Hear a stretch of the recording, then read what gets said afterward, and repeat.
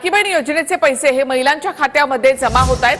लाडक्या बहिणींच्या खात्यामध्ये फेब्रुवारीचा हप्ता जमा झालेला आहे। लाडकी बहीण योजनेचे पैसे महिलांच्या खात्यामध्ये जमा झाले आहेत। फेब्रुवारीचा हप्ता हा लाडक्या बहिणींच्या खात्यामध्ये जमा झालाय। लाडक्या बहिणींच्या खात्यामध्ये हप्ता वितरणाला सुरुवात झालेली आहे। महिलांना सन्मान निधी मिळण्यास सुरुवात झाली असल्याचं अदिती तटकरे म्हणाले। महिन्याच्या हप्त्याच्या वितरणाची सुरुवात, सन्मान निधीच्या वितरणाची सुरुवात आपण आजपासून करत आहोत। नमस्कार मैत्रिणींनो, मी तुमच्यासाठी आज एक अतिशय महत्त्वाची आणि उपयोगी माहिती घेऊन आले आहे। जर तुम्ही मुख्यमंत्री माझी लाडकी बहीण योजना अंतर्गत लाभार्थी असाल आणि अचानक तुमचा हप्ता बंद झाला असेल तर हा व्हिडिओ शेवटपर्यंत नक्की पहा, कारण आज मी तुम्हाला अशी कारणं सांगणार आहे ज्यातून तुमचं एक तरी कारण नक्कीच निघणार आहे। सुरुवातीला एक महत्त्वाचा प्रश्न, तुमच्या खात्यात पैसे यायचे बंद झाले आहेत का? SMS येणं बंद झालंय का?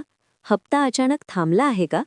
जर हो असेल तर घाबरायची अजिबात गरज नाही, कारण बहुतेक वेळा ही समस्या आपणच दुरुस्त करू शकतो। चला तर मग पाहूया कारणं एक एक करून।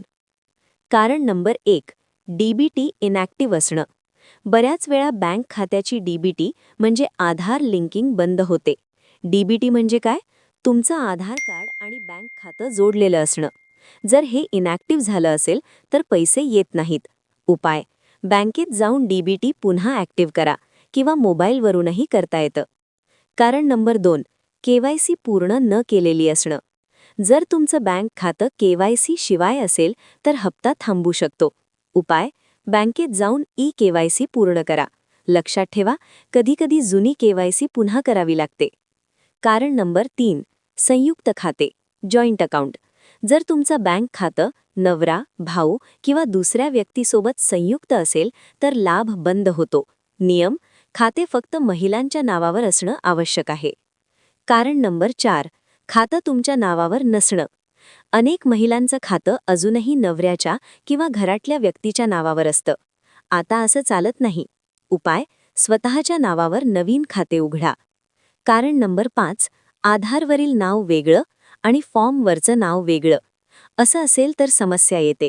उपाय: बाल विकास कार्यालयात नाव दुरुस्त करा किंवा ऑनलाईन बदल करा। कारण नंबर 6, चुकीचा आधार नंबर। फॉर्म भरताना चुकून दुसऱ्याचा आधार नंबर गेला असेल तर पैसे चुकीच्या खात्यात जातात। उपाय: योग्य आधार नंबर अपडेट करा। कारण नंबर 7, चुकीची किंवा अपूर्ण KYC।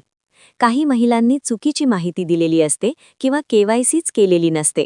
सध्या दुरुस्तीची मुदत आहे, ती वेळेत वापरा। कारण नंबर 8, उत्पन्न किंवा नियमांमध्ये बसत नसणं। जर घराचं उत्पन्न 2.5 लाखांपेक्षा जास्त असेल, घरात सरकारी नोकरी असेल, 4 चाकी वाहन असेल तर लाभ थांबू शकतो। कारण नंबर 9, पोस्ट बँक किंवा बंद खातं। काही वेळा पोस्ट बँक किंवा इतर खातं ऑटोमॅटिक बंद होतं।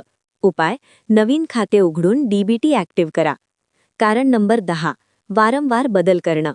काही बहिणी नकळत वारंवार माहिती बदलतात आणि त्यामुळे सिस्टममध्ये गडबड होते, त्यामुळे लाभ थांबतो। महत्त्वाची सूचना: जर तुमचं नाव पुरुषासारखं वाटत असेल तर कधीकधी गोंधळ होतो। अशावेळी प्रतिज्ञापत्र देऊन लाभ पुन्हा सुरू करता येतो। थोडक्यात सांगायचं तर, जर तुमचा हप्ता बंद झाला असेल तर हे नक्की तपासा। DBT चालू आहे का? KYC पूर्ण आहे का? खातं स्वतःच्या नावावर आहे का? आधार बरोबर आहे का? नाव जुळतंय का? यापैकी एक जरी चूक असेल तर पैसे थांबतात। शेवटची विनंती: जर तुमच्या शेजारी, मैत्रिणीला किंवा नातेवाईक बहिणीला अशी अडचण असेल तर हा व्हिडिओ तिला नक्की पाठवा, तिचा फायदा होईल। तुम्हाला अजून काही प्रश्न असतील तर कमेंटमध्ये नक्की विचारा, मी उत्तर देण्याचा पूर्ण प्रयत्न करेन। अशाच महत्त्वाच्या अपडेट्ससाठी चॅनलला सबस्क्राईब करा। धन्यवाद।